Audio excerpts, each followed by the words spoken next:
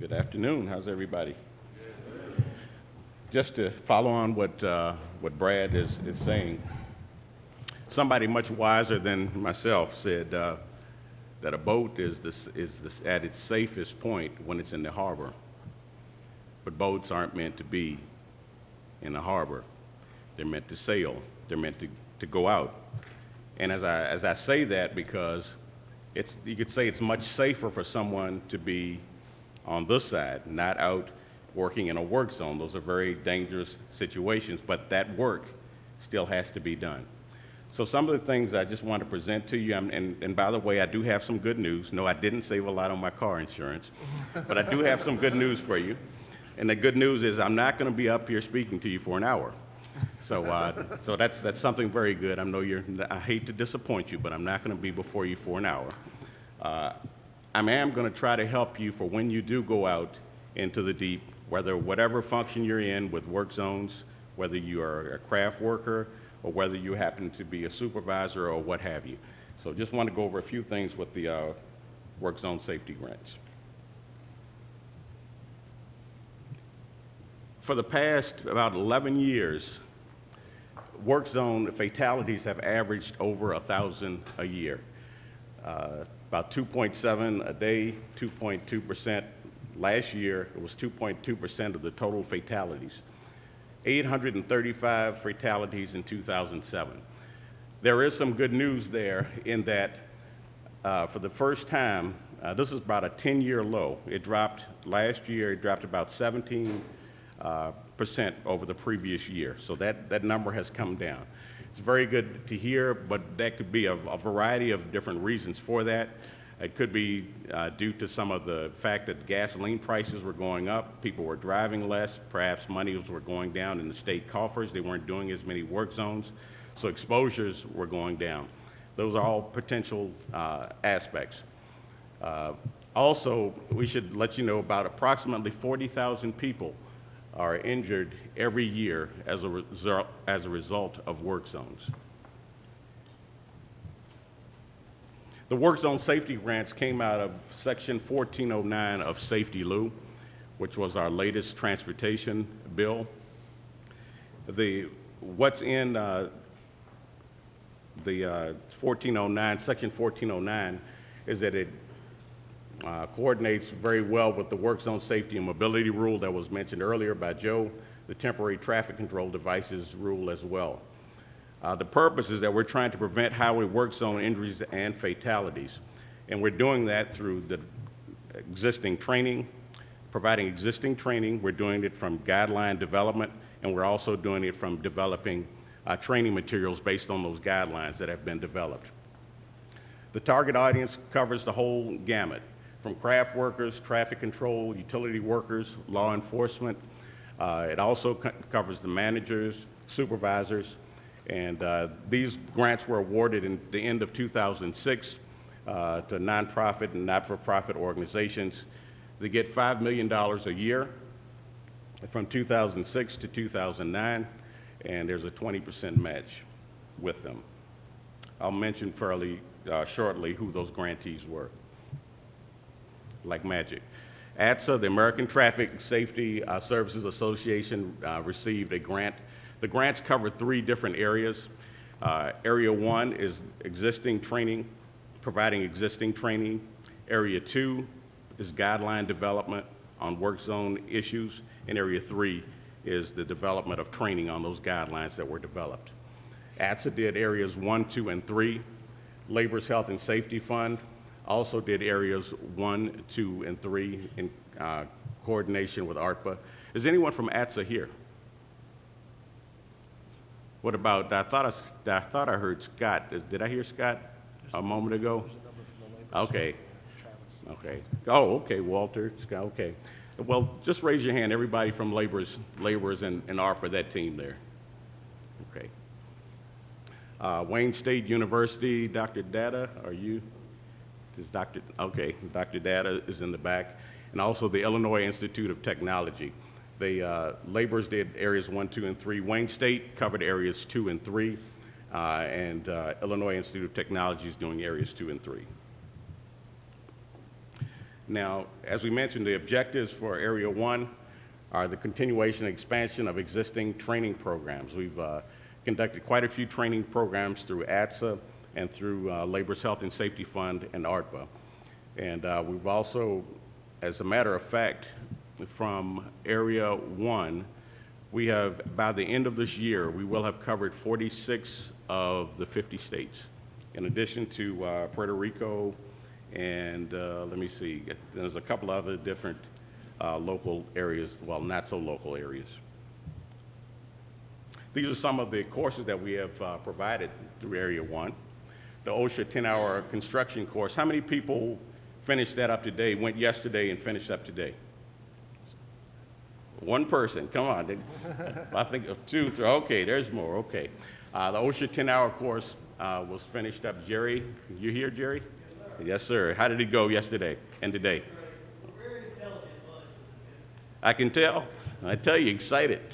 So the OSHA 10-hour construction course was finished up today. Traffic control workers and flaggers, runovers, backovers, night work, and hazards of weather, springs and strings. As you look at those first ones that I just mentioned, those are more specific to the worker themselves. It's worker safety. The springs and the strings that a worker would get when they're outside, hazards that they need to understand about weather, hazards that they need to understand about working at night, the circadian rhythms of your heart doesn't, you're not used to working at night. There's a lot of various things that go on with a worker that they need to understand. The latter portion of these are more, I guess you say more manager focused, flagger instructor training, traffic control technician, traffic control supervisor, utility traffic control, nighttime traffic control, emergency traffic control, law enforcement, as well as what everyone should know. A few years ago, a police officer, while managing a work zone in Tennessee, parked in the buffer zone. And as a result of parking in the buffer zone, which his vehicle never should have been in, a stray vehicle hit him and he was killed.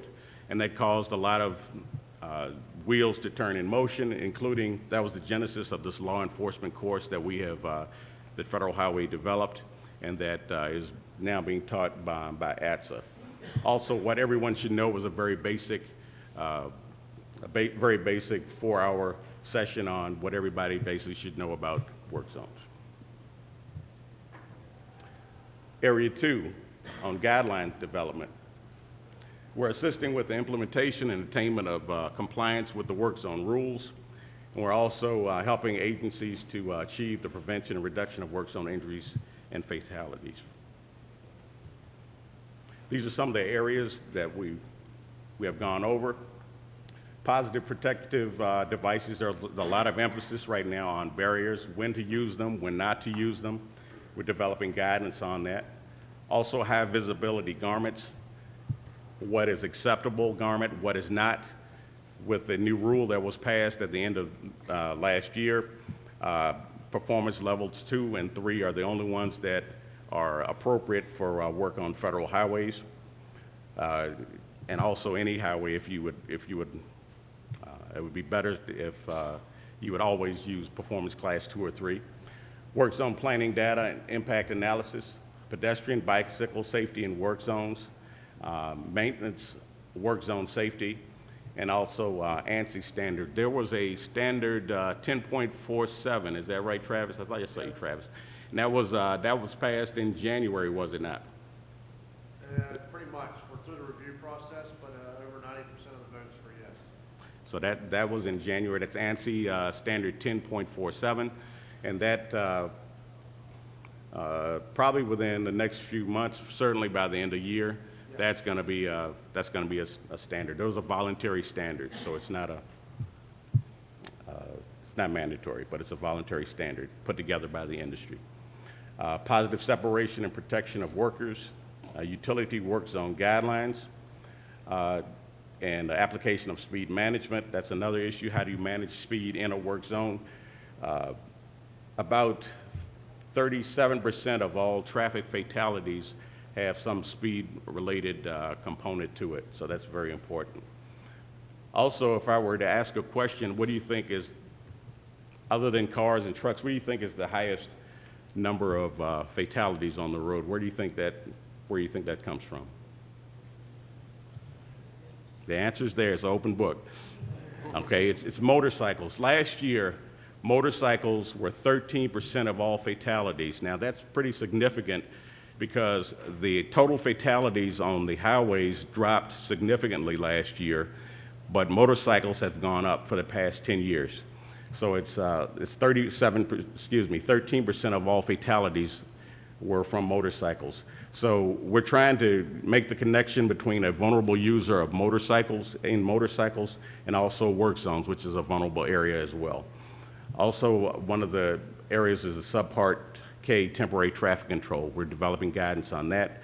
Some states have developed pretty good certain sections of that. We're putting that together, and we'll be coming together with a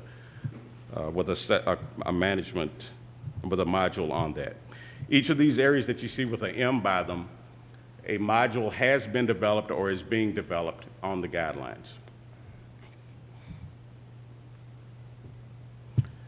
Two things that I would like to just pull out for a moment are the work zone safety audit guidelines and the training materials. By the way, all of the grants will be finished approximately October 2010.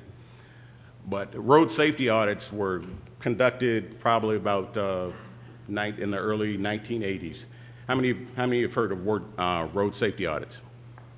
How many of you have done them or, okay. Well, road safety audits, one of the aspects that has not been covered is work zone safety audits, something that focuses on work zone safety audits. The Illinois Institute of Technology is developing those guidelines where they're looking at pre-construction, construction, and post-construction. So that is being developed, and also a field manual when you go out to the field will be developed as well to help. And also the second area of Area 2 I'd like to just mention momentarily is the Utility Work Zone Safety Guidelines and Training Curricula. Dr. Dada's team did a very good job at Wayne State in coming together with some guidelines on that. In fact, one of the things that that's very different about a utility work zone is that it's not quite the same as being out on the highway. You're typically in an urban area. You're typically in a smaller area with, you don't have as much right-of-way. So with utility work zone guidelines, they developed a framework or a flow chart, if you will, that allows you to put in any of your characteristics of that situation, your speed, your location, the right-of-way, so on and so forth, and it will tell you what typical application from the METCD to use for that particular application.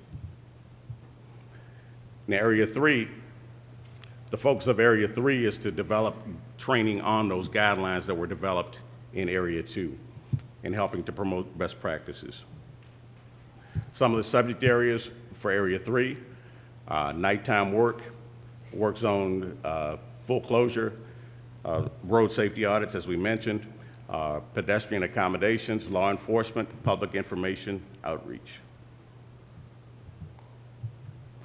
Some of the specific products that are coming out, the traffic control design specialist training by ATSA, urban work zone design training, work zone strategies, analytical tools, motorcycle, bicycle considerations, maintenance and short duration, utility traffic control guidelines and training, train-the-trainer workshops by Wayne State developed that already. It's already available through a couple of different mechanisms, one of which is the Work Zone Safety Clearinghouse, and the other is it's coming out on a CD that has been put together by the Laborers Health and Safety Fund and ARTPA. And that CD, on part 1 of that CD, has the worker information on it, and part 2 of the CD will have more information based on things for supervisors and managers. To date, we have trained over 18,000 people as a result of the grants. The Roadway Safety Plus CD is over 7,000. The OSHA 10-hour, about 1,500. ATSA Worker Safety, they've done about 10,500. And also Wayne State did 263, taught 263 to the utility community. That was the Section 1409 of the Work Zone Safety Grants. However, something different, another grant that we manage is Section 1410 of Safety Lou, and that began in 1998. That's the National Work Zone Safety Information Clearinghouse, workzonsafety.org. While we're here today, it's a sponsor of this conference. What we have placed on the clearinghouse is that we have a section for all of the grant deliverables. We have that there. Last time at the conference, in the end of 2007, the website was redesigned, more content, outreach and promotion.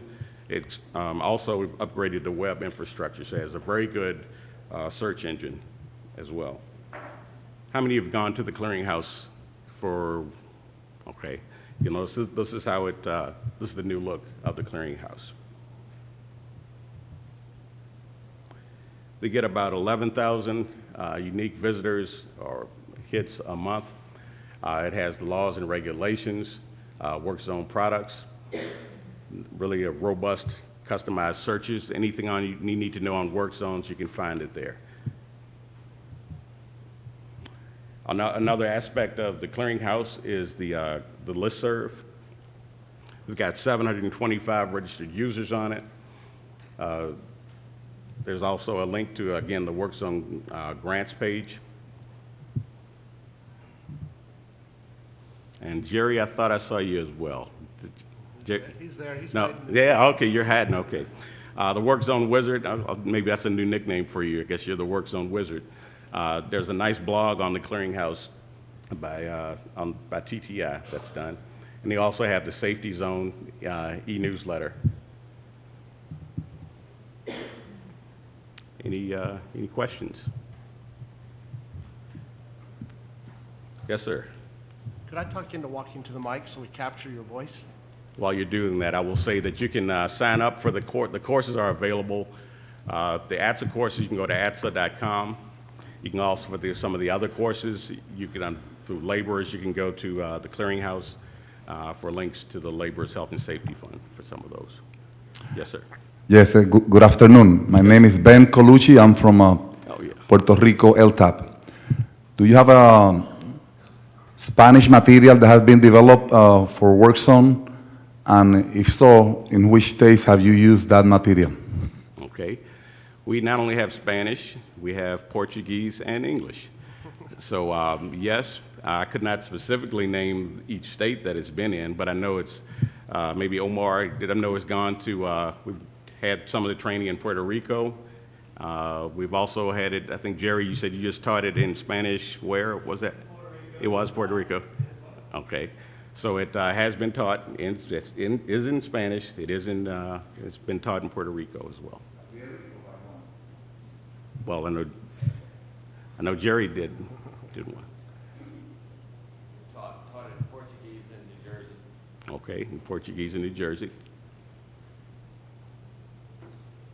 Maybe I can just add, the roadway safety training program, there will be a session on it tomorrow morning where we're going to demonstrate the newest version of it that's soon to be available. And also of the older version, if you go to the clearinghouse, there's products down there that you can pick up. That program runs simultaneously or interchangeably in Spanish, English, Portuguese with audio files, so it's very easy to train even if you're non-native speaking. So those programs are available and they continue to expand. And you can also print materials in Spanish out of the CD too. There's everything printable like instructor guides, so student guides, and brochures in Spanish or English and Portuguese. Some materials also being developed that will be laminated for another component of teaching it. So I guess you say back of the pickup training courses. So it'll have, like Omar said, it's in a variety of different languages. You can learn it, they can learn it. The workers can pick it up that way as well. In addition to the, I think it's 76 different training centers that Laborers has. So it's all across the country. Any more questions? Well, I would like, if there are not, I'd like to take this moment for one other thing, to give a plug for something else. Next month is National Work Zone Safety Awareness Week. Who's heard of that? Okay. The 6th through the 10th of April is National Work Zone Safety Awareness Week. The Clearinghouse is also partnering with us this year on that event. The theme is Drive to Survive. Our future is riding on it. So if you'd like posters, that is available if you go to atsa.com. On the front of atsa.com, you can order posters. You can also take a look at the poster. You can also get more information on the clearinghouse as well.